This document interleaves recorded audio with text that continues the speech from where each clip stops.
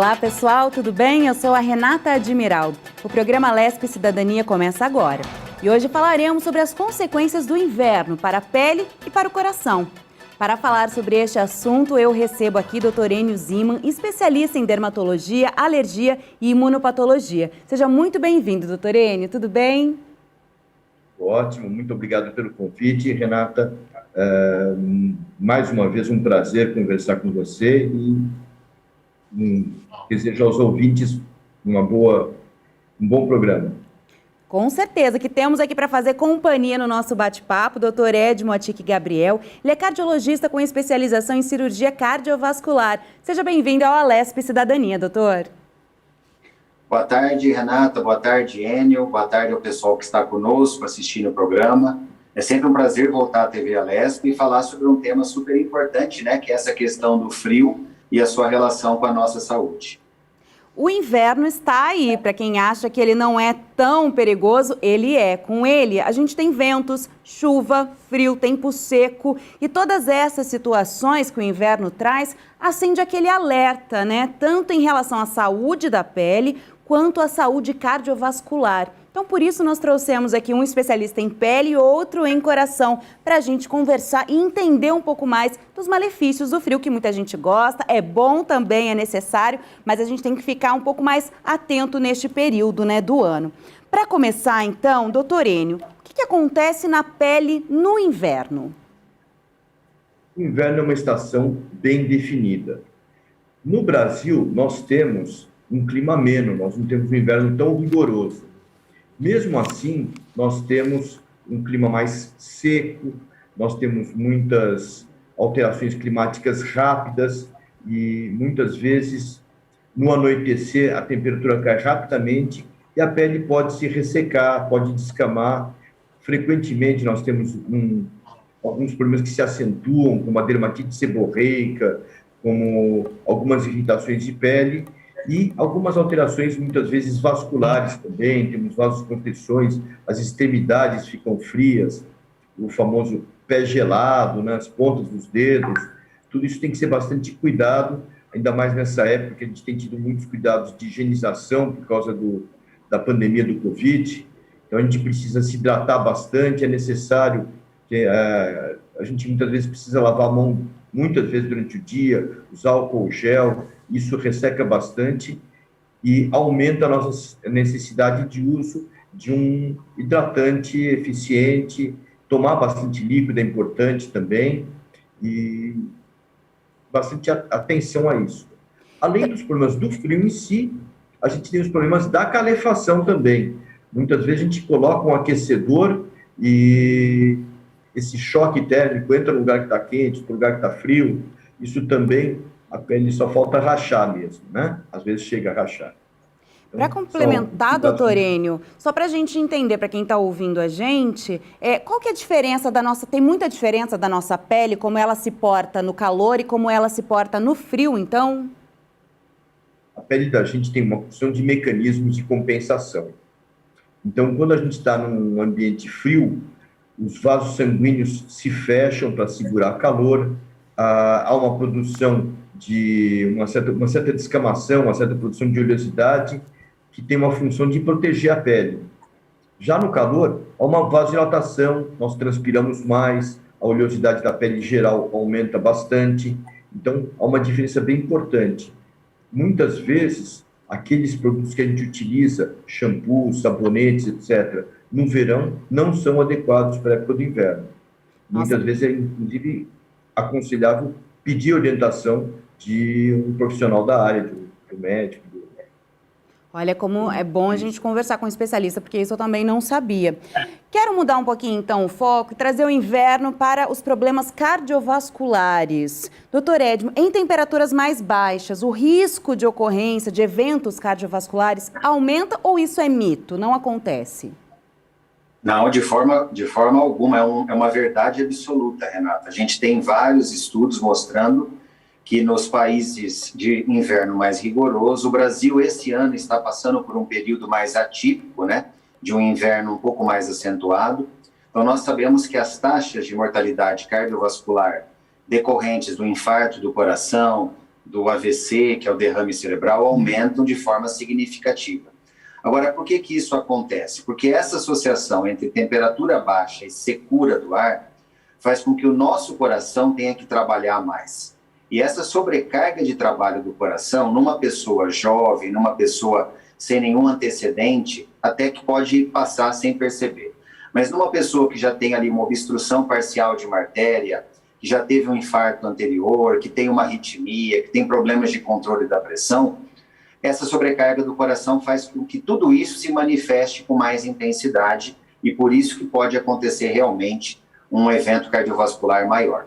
Além disso, eu quero ressaltar que a pele está tão próxima do coração nessa questão que o fato de estar muito frio faz com que a pele tenha essa percepção, né? As células da pele reconhecem o frio, reconhecem essa mudança de temperatura, e isso é passado para a nossa circulação sanguínea de tal forma que o coração tenha que trabalhar mais para produzir calor internamente e compensar esse frio que está externo, né?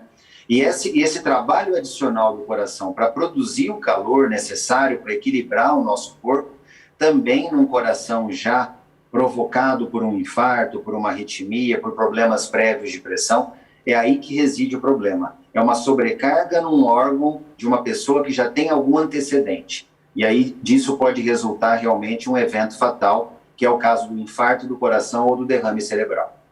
E as crises de pressão arterial, as tromboses dos vasos sanguíneos, isso também está nessa escala de preocupação por conta do inverno, doutor? Com certeza, Renato, com certeza. As crises de pressão arterial estão sendo muito intensas nesse período. Eu confesso a você que o consultório cardiológico tem sido marcado muito por isso, pela necessidade de revisão do tratamento da pressão arterial. E quando eu digo revisão, você tem que aumentar a dose, você tem que associar mais medicamentos, você tem que ter mais rigor no controle da alimentação, porque o frio excessivo, ele realmente causa uma descompensação no controle natural da pressão.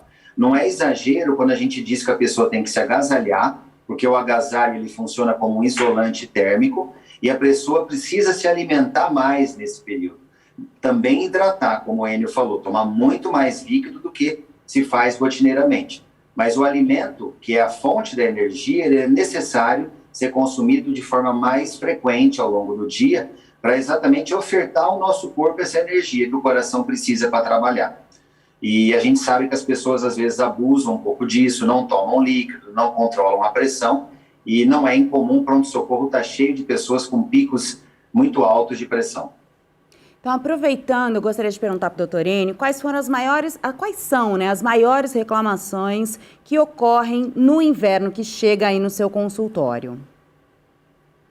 O mais frequente é realmente relacionado ao ressecamento da pele e ao agravamento de algumas condições pré-existentes, como a dermatite seborreica, o acne, são coisas que muitas vezes, pela mudança de condição climática, se alteram.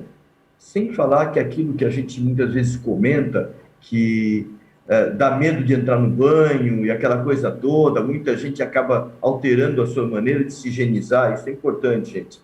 Tá frio, mas tem que tomar banho, não tem jeito, tem que se higienizar corretamente. Aumenta a ocorrência de algumas alterações, como intertrigos, assaduras, especialmente no paciente idoso, que muitas vezes acaba realmente facilitando com essa parte da higienização e se expondo um pouquinho a alguns riscos.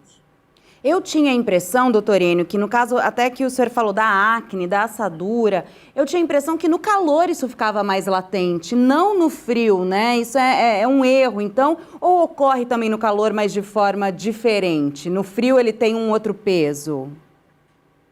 Ocorre, obviamente, no calor, sim, sem dúvida, mas as alterações do frio é que podem pegar a pessoa desprevenida e realmente levar a um agravamento, mas quem tem acne, quem tem dermatite seborreica, quem tem essas assaduras, tem normalmente no verão também, sem dúvida.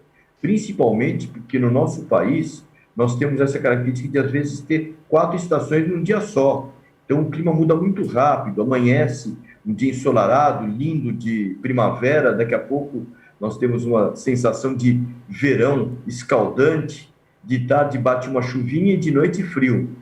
É uma mudança muito rápida e o organismo tem uma certa dificuldade de se adaptar, especialmente porque a gente entra em ambientes aquecidos, ambientes refrigerados. Esses traumas térmicos é que realmente desequilibram o nosso sistema imunológico. Eu vou aproveitar e fazer a mesma pergunta para o doutor Edmo. No consultório, eu gostaria até que daí, nesse caso, doutor Edmo, o senhor separasse para mim, porque o senhor também atua na área da cirurgia, né? Então, eu queria entender, no consultório, quais são as maiores reclamações no período de inverno e quando é para entrar em cirurgia, quais são as cirurgias mais realizadas também neste período? Se puder colocar dessas duas formas para mim, por favor. Claro, veja bem, olha, nesse período do inverno, Renata, dois tipos de cirurgia eu tenho feito em maior quantidade. A cirurgia de ponte de safena ou ponte de mamária, que na verdade representa o tratamento cirúrgico do infarto do coração. Como eu falei anteriormente, as taxas tradicionalmente aumentam de infarto nessa fase do frio, quando é um frio mais excessivo, como esse que a gente tem vivenciado nesse ano, né, especificamente, com geadas no Brasil, com quedas de temperatura próximas de zero. Então, eu tive essa oportunidade de ter uma procura maior para cirurgias de ponte de mamária e ponte de safena. Agora, existe uma outra patologia que no frio pode levar a um agravamento, que é a obstrução de válvulas. Nós temos no coração 4 válvulas, sendo que uma delas pode ter uma obstrução progressiva ao longo da vida, causada por calcificação, causada por um processo inflamatório da própria idade e por erros alimentares da pessoa, quando ela come muita gordura, muito doce. Essa obstrução, na verdade, consiste numa redução do fluxo sanguíneo, né, do coração para os outros órgãos. E no frio, como os vasos sanguíneos costumam fechar por uma reação natural ao frio, né, então, como se você colocasse gelo sobre uma estrutura, o gelo faz aquela estrutura ter uma palidez maior porque os vasos sanguíneos se fecham. No coração não é diferente. Então, essa válvula que já está obstruída, no frio, esse quadro se agrava, fluxo sanguíneo que vai do coração para os outros órgãos diminui, e a pessoa começa a ter tontura, fraqueza, alguns desmaiam, alguns realmente têm convulsões, às vezes, pela falta de fluxo ao cérebro, e aí é necessário urgentemente fazer a troca dessa válvula que está obstruída. Então, tenho tido essa vivência de troca de válvula e de ponte de safena nesse período do frio. Bom, e sempre é bom a gente lembrar a questão de prevenção. Como o doutor Enio disse, a gente às vezes tem várias estações do ano, as 4 estações no mesmo dia, e o Brasil também tem diferentes temperaturas, né, diferentes pontos, por causa da regionalidade. Doutor Edmo, a prevenção de alguém que mora em São Paulo, alguém que mora no Rio de Janeiro, alguém que está ali naquele frio do sul, que tem a geada, que tem a neve, né, que chega a nevar, são diferentes? Então, cada um tem que se prevenir de uma forma geral, assim, o que cada pessoa devia se preocupar, assim, independente da região? Veja bem, a característica geográfica, Renata, ela é fundamental nessa categorização da prevenção, do que nós vamos estabelecer em termos de prevenção. Você falou bem, se a gente considerar uma cidade praiana, que mesmo na cidade praiana pode fazer um friozinho, mas é um friozinho muito mais leve do que no sul do Brasil, nas serras gaúchas, nas serras catarinenses, por exemplo, eu vou ter mais tranquilidade, vou ter mais flexibilidade com aquela pessoa que mora na praia, em poder dizer para ela, olha, não precisa talvez usar um agasalho tão denso, tão intenso, tão consistente, e não precisa talvez ficar tão atento à necessidade de um controle maior dos sintomas, de uma preocupação grande com a pressão no dia a dia. Agora, para quem mora, por exemplo, no sul do Brasil, onde as temperaturas realmente se aproximam de zero, eu vou ser mais incisivo em dizer, olha, você precisa utilizar o alimento a seu favor, então se alimentar frequentemente ao longo do dia. Para quem tem tolerância e puder usar alguns alimentos que são elevadores da temperatura corpórea, são os termogênicos. Pimenta, por exemplo, é um alimento que pode ser útil no período do frio, nessas regiões mais frias. Eu vou ter que ser mais criterioso em cobrar dessa pessoa que mora na serra em usar um agasalho mais denso, mais consistente em termos de tecido, para realizar a função do isolamento térmico. Então, com certeza, embora o princípio seja o mesmo, mas a flexibilidade que eu, como cardiologista, vou exigir do paciente, ela é diferente para quem mora ao nível do mar e para quem mora na serra. E doutor Enio, então falando sobre isso, né? O senhor também trouxe a questão de até o shampoo a gente teria que mudar, né? Imagina o tipo de creme. Eu queria entender, por conta dessa diferença de estação, de temperatura, quais são os cuidados que uma pele, que um couro cabeludo, né, tem que ter? Uma pele, eu não estou falando somente, né, do rosto, assim, né? A gente tem outras partes mais ressecadas, né? Cotovelo, joelho, assim. O que o senhor também falaria? O que a gente teria que mudar neste período do inverno para manter um viço da pele, um cabelo ainda bonito, um couro cabeludo não tão ressecado? Na época do verão, a gente se preocupa muito com o filtro solar, por exemplo. No inverno, a gente vai se preocupar um pouco mais com o hidratante, mas não pode descuidar do filtro solar. No inverno, nesse ponto, às vezes é um pouco traiçoeiro. Uma das características do inverno é o céu azul. Então, muitas vezes as pessoas, por causa do frio, descuidam de protetor solar, saem e acabam realmente danificando a pele por uma exposição intensa ao sol. Então, é importante a pessoa se abrigar, ter uma alimentação saudável, como disse o doutor Edmo. Nisso, a gente tem que procurar o que é bom para cada paciente, que pode ser bastante diferente. Então, a gente sente, bom, para aquecer, eu quero usar uma coisa mais calórica. Então, vamos aos chocolates, vamos aos doces. Tem aquele indivíduo que realmente tem alguma propensão a um diabetes, a uma hiperglicemia, tem que tomar cuidado. Aquele indivíduo que tem propensão à obesidade tem que tomar um certo cuidado. Então, realmente, muitas vezes, nessa hora, é interessante a orientação de um nutrólogo. E também, para se agasalhar, uma boa escolha. E, para escolher um shampoo, um sabonete, aí tem que ser o dermatologista mesmo. E a gente vai conversando, porque tem muita diferença de uma pele jovem, de uma pele de criança, de uma pele de um idoso, de uma pele de uma pessoa mais madura. Normalmente, os extremos suportam menos as variações. As crianças sofrem um pouquinho mais e os idosos também. Ou seja, seja no verão, a gente já procura o dermatologista para ficar de olho aí no que a gente deve usar. Vira a estação, é legal novamente ir até um dermatologista, né, aquele seu dermatologista de confiança, para que ele possa te dar os melhores cremes, os melhores shampoos, para que você possa se manter equilibrado o ano inteiro, então, né, doutor? Perfeito. Existem muitos bons produtos no mercado, não obrigatoriamente os mais caros, os mais sofisticados são necessários. Existem produtos bons para todos os tipos de pele e para todos os níveis de custo, etc. E é possível a gente se manter muito bem com produtos encontrados normalmente nas farmácias e supermercados do nosso local, né? Do nosso país, etc. Mas muitas vezes a gente acaba escolhendo mal, escolhendo um produto inadequado. Então, sempre é bom conversar com quem está acostumado a prescrever, com quem tem alguma experiência. E o senhor também, doutor Enio, falou sobre a questão do sol. No verão a gente tem ali, né, utilizar o sol até as 10 horas da manhã, depois das 4 da tarde. No inverno isso muda? Tem um horário melhor para você pegar aquele solzinho, para você também se aquecer? Ou você deve tomar o mesmo cuidado com o sol que a gente toma no verão? Muda bastante. Realmente, no inverno, a gente muitas vezes precisa esperar o sol esquentar, né? De manhã cedo, o sol está muito fraquinho, a gente precisa pegar um pouquinho mais de sol e a gente acaba chegando até mais tarde um pouco. Mas é relativo, tem que tomar cuidado para não errar. Então, aquele sol que no verão, às vezes, às 8, 9 horas da manhã já está bem quente, no inverno vai aquecer às 9, 10 horas. Mas, do mesmo jeito, aquele sol a pino é perigoso, especialmente para quem tem uma pele muito clara e muito sensível, ou para quem já tem algum antecedente de câncer de pele, alguma coisa desse tipo. É importante também a gente lembrar que a gente tem que produzir vitamina D, então não adianta a gente passar o inverno escondido, que vai faltar vitamina D, é uma coisa que tem que ser acompanhada, coisa bastante importante. A gente sabe que a gente consegue produzir vitamina D mesmo com protetor solar, né?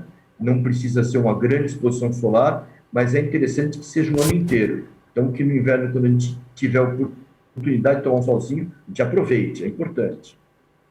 Perfeito. Antes de entrar no nosso próximo tema, eu vou para um breve intervalo para a gente ter esse tempo para falar sobre esse tema um pouco mais profundamente. Então, a Lesp Cidadania já volta.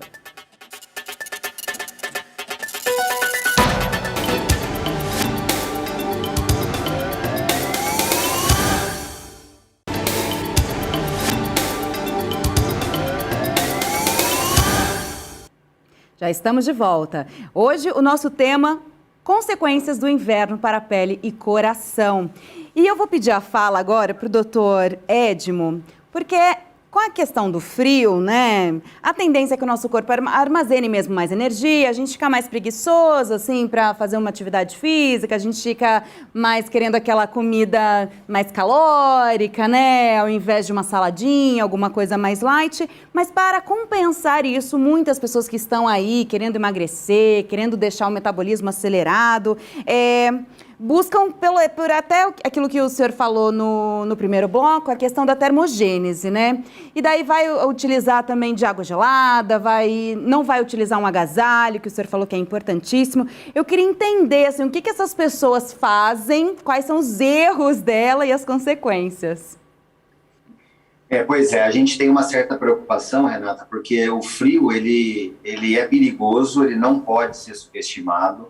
Você vê aí constantemente no noticiário que pessoas que vivem nas ruas são encontradas sem vida devido a uma madrugada intensa de baixas temperaturas. Então, o que acontece? O que as pessoas estão fazendo errado e tradicionalmente fazem de errado?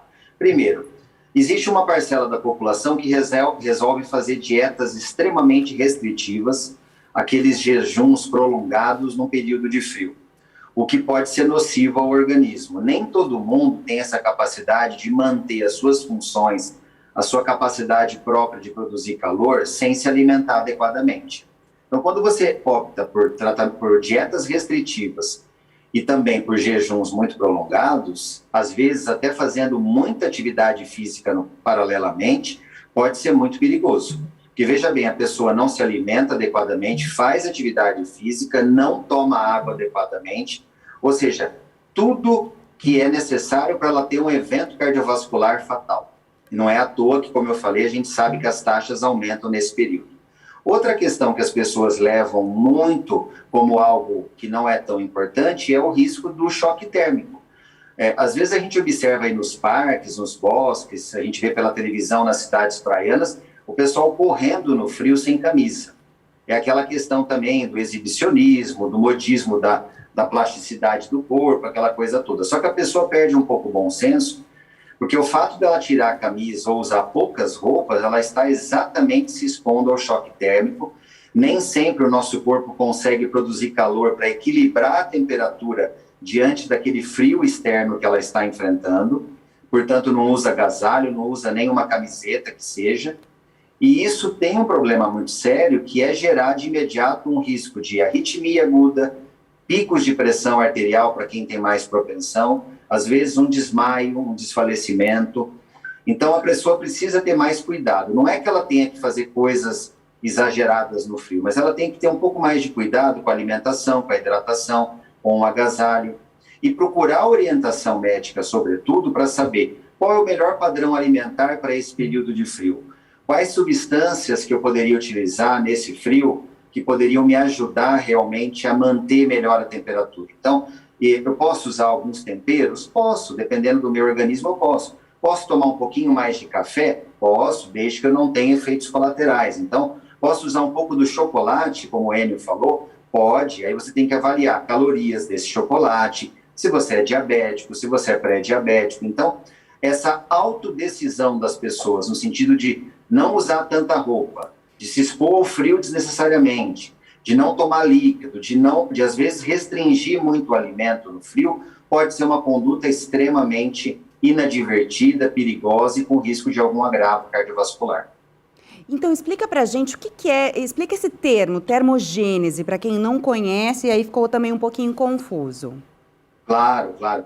Veja, termogênese é a produção de calor pelo corpo. Basicamente, existem dois mecanismos pelos quais o corpo humano utiliza para produzir o calor. Primeiro é o alimento. Através da alimentação, todos nós, na nossa rotina, seja no verão, na primavera, no outubro, no inverno, a gente equilibra a nossa temperatura corpórea se alimentando. Então, quando você se alimenta de qualquer item nutricional, existe uma produção de um grau de energia a partir daquele alimento. E essa energia, ela se expressa, entre outras coisas, pelo calor. É um calor que a gente não percebe, porque é algo interno. Ele é produto das reações químicas que o alimento oferece para nós. O outro mecanismo de produção de calor ou de termogênese é exatamente você fazer atividade física, porque você ativa o metabolismo, ativa a circulação. Esses são os dois mecanismos mais saudáveis. O problema, Renata, é que às vezes a pessoa sabe que existem formas mais rápidas e, por outro lado, mais perigosas de você conseguir esse calor. Tomar muito café ou utilizar muita cafeína, por exemplo.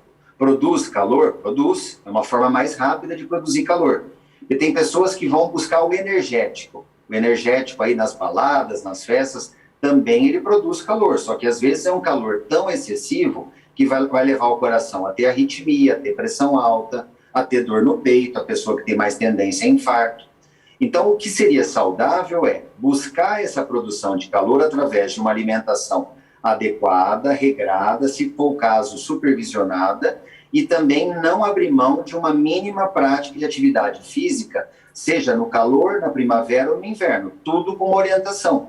No caso do inverno, não deixar de usar ali um agasalho, utilizar uma roupa protetora para você ter isolamento térmico e, sobretudo, evitar o choque térmico aí, de sair na rua, posso estar na academia ali malhando, suando, sai na rua, toma aquela rajada de vento. Isso é muito nocivo, não só para o coração, como para a parte neurológica, né? Existe um risco de paralisia facial também, ou seja, uma série de eventos maléficos que esse choque térmico pode causar.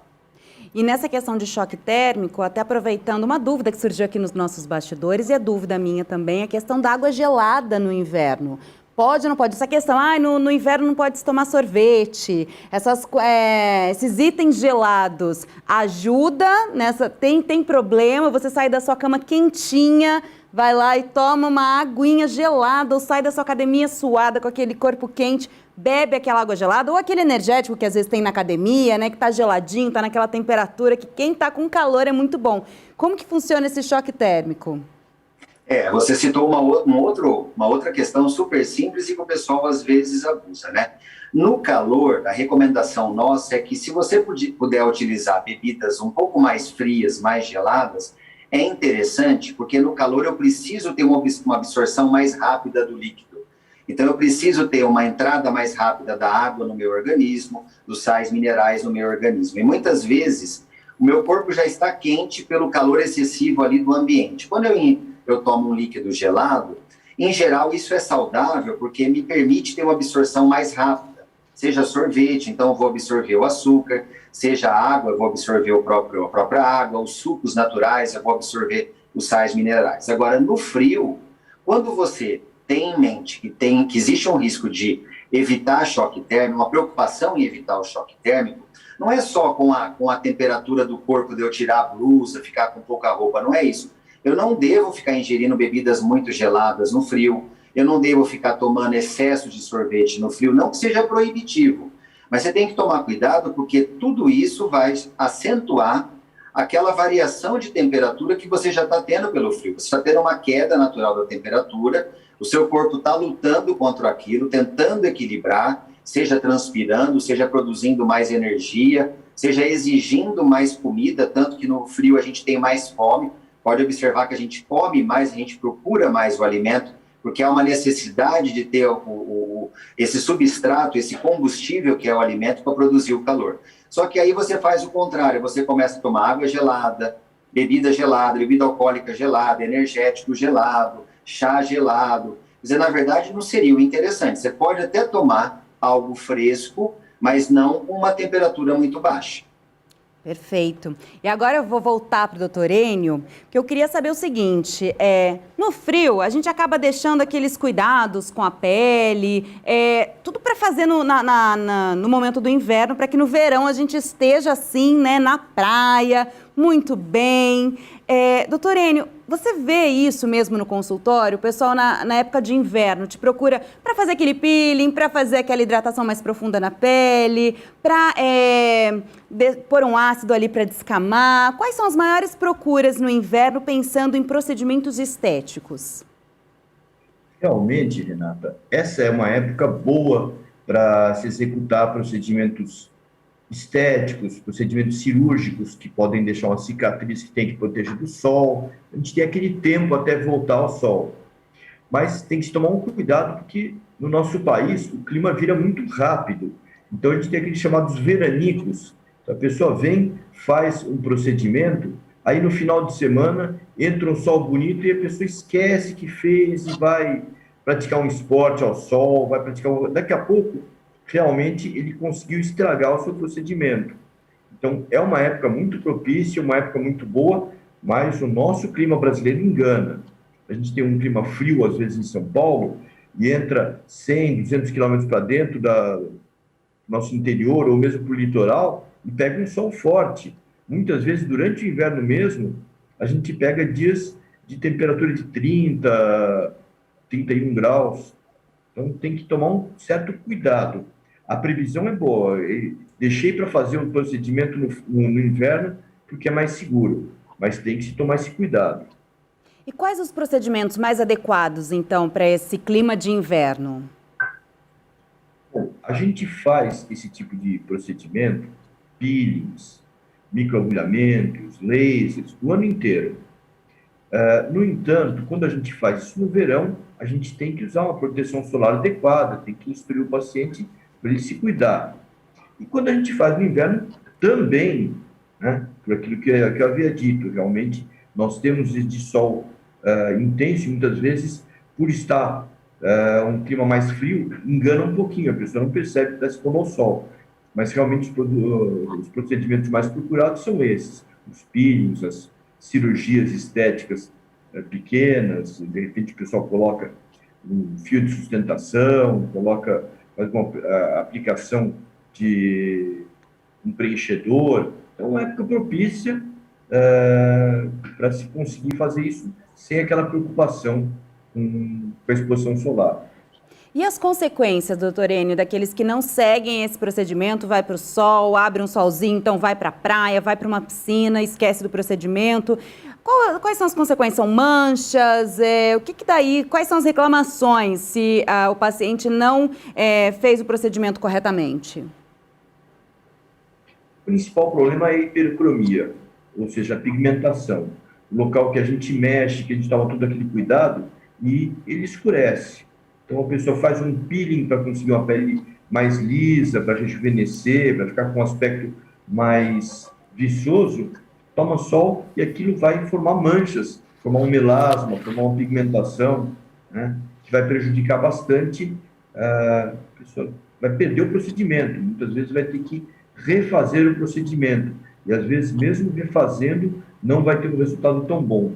A gente utiliza despigmentantes, clareadores para tentar recuperar, mas é bem mais complicado tratar uma bobeada dessa, um desleixo desse, do que às vezes a gente seguir o tratamento com os devidos cuidados. E agora eu vou fazer uma pergunta para você, doutor Enio, que depois eu vou estender também para o doutor Edmo. Qual que é o perfil do paciente aqui no Brasil? Nós ainda estamos procurando os médicos quando já não tem mais jeito, digamos assim, né? Falando a grosso modo, ou quando já temos algum problema, do que a prevenção, ou isso tem mudado, as pessoas têm procurado os especialistas pensando na prevenção. Primeiro o senhor, doutor Enio. Eu acredito que no Brasil nós temos vários tipos de perfis.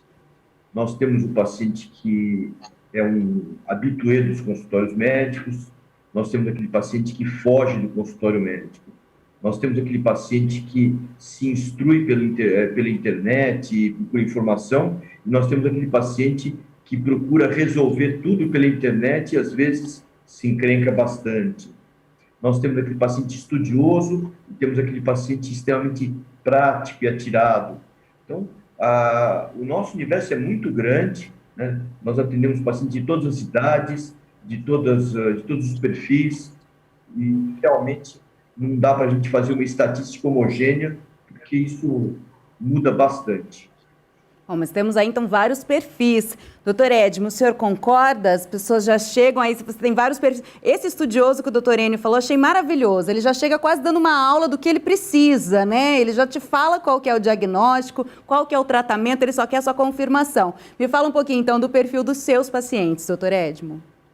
Eu noto, isso que o Enio falou é extremamente procedente, né? O Brasil tem muito essa característica, né? Muitos perfis, existe o pessoal de internet que já chega com o diagnóstico feito, às vezes já traz até por escrito para a gente, só querendo que você dê o andamento, né? Mas eu queria destacar, Renata, no âmbito cardiovascular, existe uma característica particular. As mulheres têm um papel fundamental, principalmente no núcleo familiar, porque eu vejo muitos homens com problemas cardiovasculares e ainda o sexo masculino predomina no risco cardiovascular, mas o homem não procura a nossa ajuda, ele demora para procurar. Então, isso que você perguntou, esse binômio prevenção-tratamento, que deveria ser, logicamente, mais prevenção do que tratamento, os homens ficam esperando acontecer o problema, aí eles querem que você faça algo mágico, né?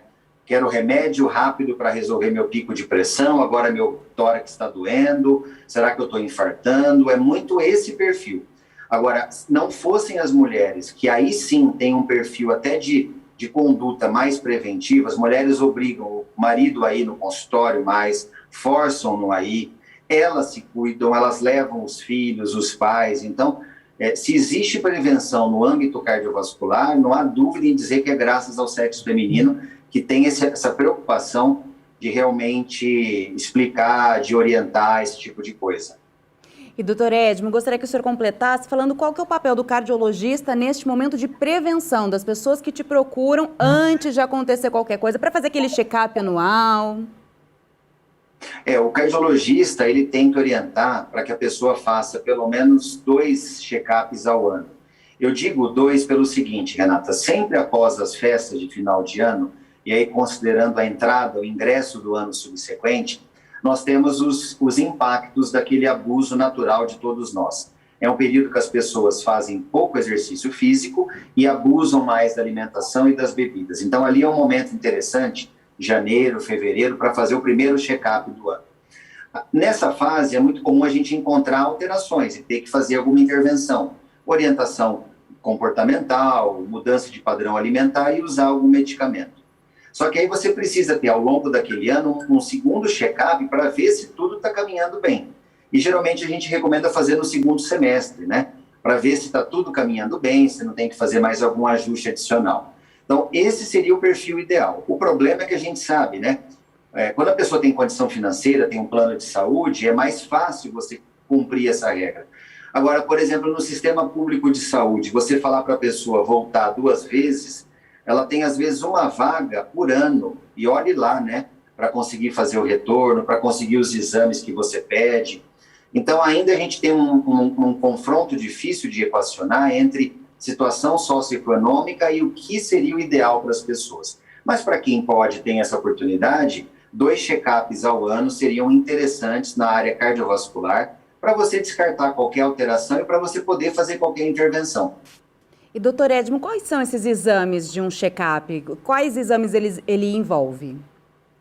Você tem que fazer sempre os exames de sangue, os exames bioquímicos, que vão incluir hemograma, colesterol, triglicérides, a glicemia, o ácido úrico. É interessante avaliar alguns hormônios, como os hormônios da tireoide. É interessante dosar alguns elementos da nutrologia, né? Então, vitaminas, alguns micronutrientes, como zinco, selênio, porque a gente sabe que nos dias de hoje, para se ter uma imunidade adequada, você precisa ter um equilíbrio de todos esses componentes.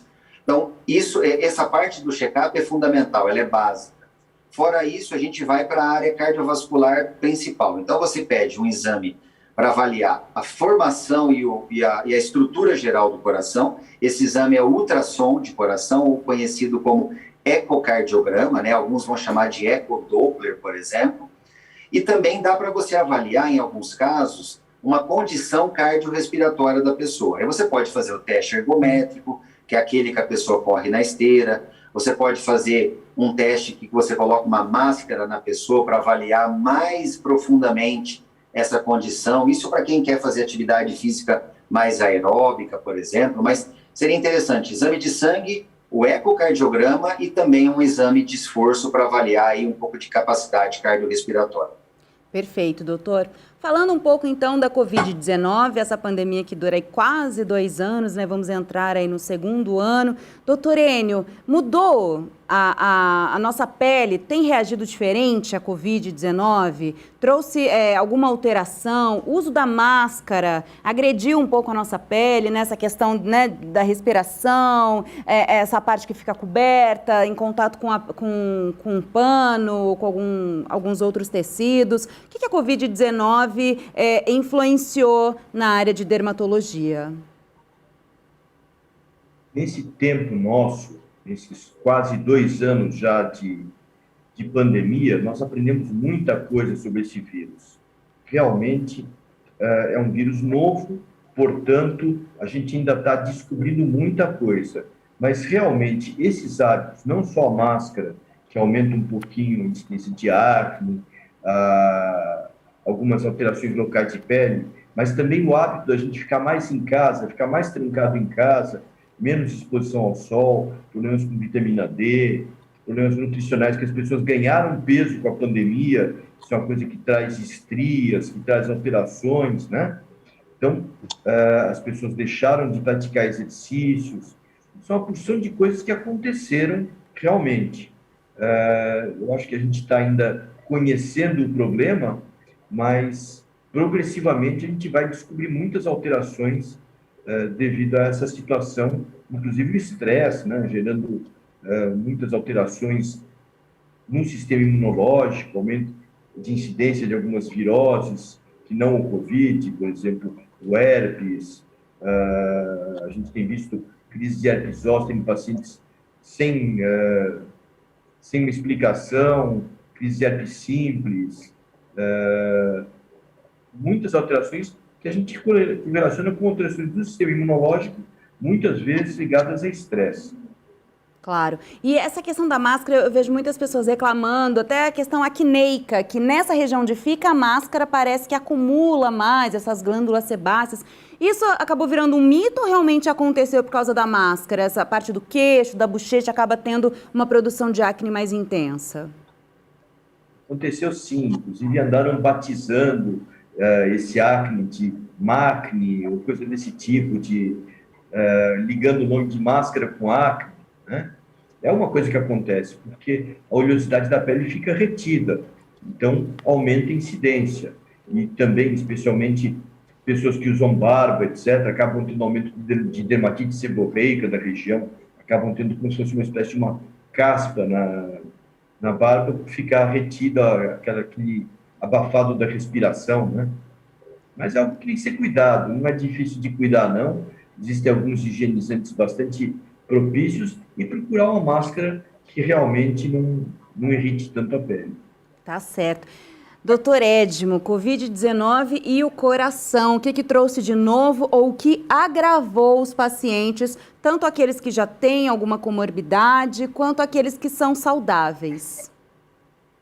Eu posso dizer para você, Renata, que nós estamos enfrentando um pós-Covid para a questão cardiovascular muito forte. Pessoas que nunca foram hipertensas estão se tornando hipertensas e estão convivendo agora com uma nova realidade. Eu tenho tido que dar protocolos de tratamento para pressão arterial para pessoas que não têm histórico familiar, não têm histórico de vida relacionado à pressão arterial, mas devido ao Covid passaram a tê-lo. A mesma coisa vale para a arritmia, é uma outra manifestação do pós-Covid no âmbito cardiovascular. As pessoas chegam se queixando, olha, eu nunca tive batedeira, palpitação, de repente estou acordando de madrugada assustado que meu coração parece que vai pular pela boca. E o que é interessante é ver essa ausência prévia do fenômeno, né? E no pós-Covid tudo isso se exacerbou.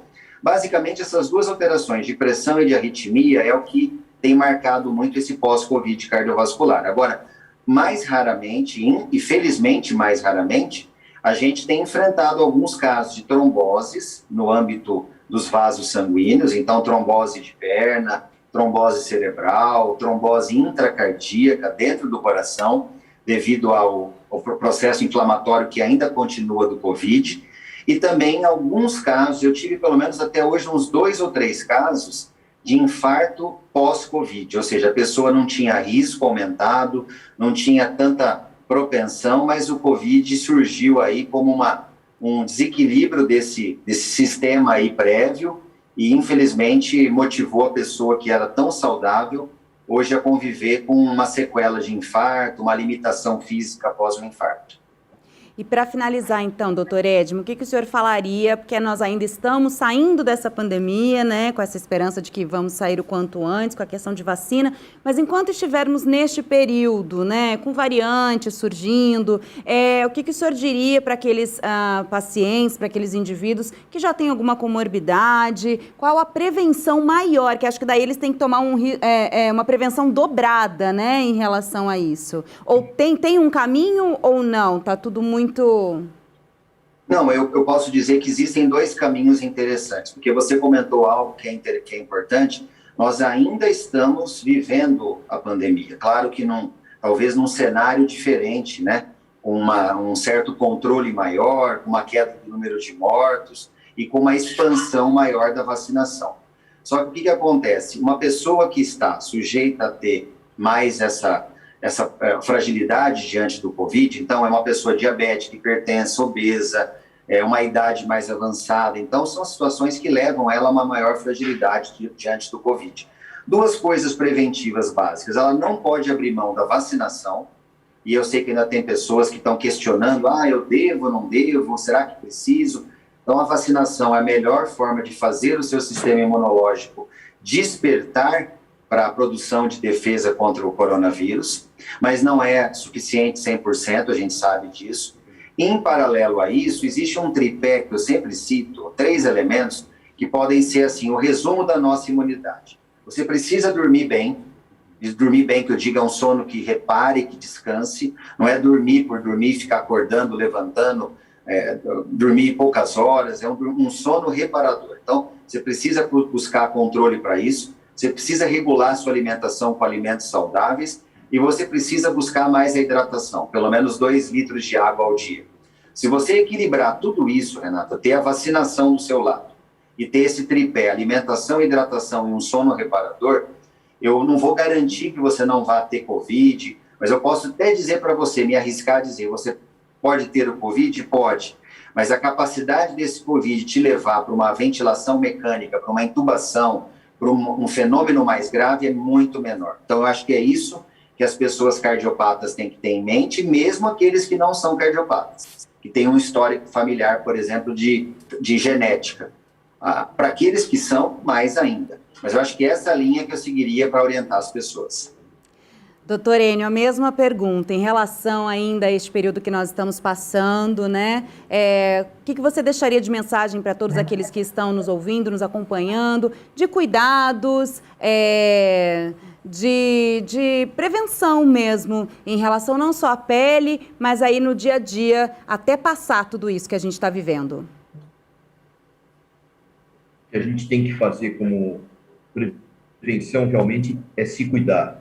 Eu acho que um dos fatores importantes nisso é realmente se informar, colher informações boas, como as que a gente está passando aqui no momento. Eu acho que informação é importante, está disponível. A gente às vezes critica aquele paciente que vai buscar informação na internet, mas são as fontes que a gente tem, internet, televisão, esse tipo de programa, e logicamente buscar informação de qualidade. Não adianta a gente realmente ficar procurando esses videozinhos que o pessoal fica divulgando, que muitas vezes são tendenciosos. Eu acho que realmente a gente está tendo esse problema que o doutor Edmo falou, do pessoal que tem medo de tomar vacina porque ouviu falar alguma bobagem, e realmente, por mais que eles tenham até razão para ter medo de alguma coisa, tem que ter medo do Covid, não da vacina do Covid. Realmente, o número de pessoas que tem adoecido e ficado grave, eventualmente até falecido, é muito grande pelo Covid. Pela vacina, não. Nós temos milhões de doses, já passamos de 1 bilhão de doses aplicada, e as complicações são poucas, raras e pequenas, tratáveis. Ninguém fica muito tempo em um UTI por causa de complicação de vacina, não temos esse caso. Do Covid, sim, temos bastante. Então, realmente, está bastante evidente o benefício das vacinas, o benefício dos cuidados. Então, eu acho que a gente tem que realmente procurar um acompanhamento. A melhor informação ainda é marcar uma consulta médica, um clínico, um infectologista, um médico conhecido. São as melhores fontes de informação que o paciente pode ter. Perfeito, os senhores acabam de prestar um serviço para a nossa sociedade. E o nosso programa está chegando ao fim. Eu quero agradecer, então, a presença virtual dos nossos 2 doutores aqui, doutor Enio Zima, especialista em dermatologia, em alergia e imunopatologia. Muito obrigada pela presença, doutor Enio. Eu que agradeço e gostaria de aproveitar a oportunidade para deixar um contato, né? Claro. Para quem precisar alguma coisa extra, eu tenho o dermatoenio.com.br e o Instagram, o Dermatoenio. Muito obrigada, doutor. E também contei aqui hoje para este bate-papo, doutor Edmo Atique Gabriel, cardiologista com especialização em cirurgia cardiovascular. Muito obrigada, doutor. Pode deixar aí também seus contatos, por gentileza. Muito obrigado, Renata. É sempre um prazer estar com vocês. E eu vou deixar, então, o meu site, que é o doutorgabrielcardio.com.br, e meu Instagram, que é @edmo, com demudo, Edmo A. Gabriel. Estou à disposição para dúvidas adicionais, qualquer questionamento, e vou procurar eu mesmo estar respondendo a todas as questões e ajudar a quem está precisando. Muito obrigada. E esse foi mais um Alesp Cidadania. Hoje nós falamos sobre as consequências do inverno para a pele e o coração. Se você quiser rever este programa ou acompanhar os nossos outros programas com outros temas, basta acessar o nosso canal do YouTube. Hoje eu fico por aqui, te vejo na nossa programação da Rede Alesp. Até mais.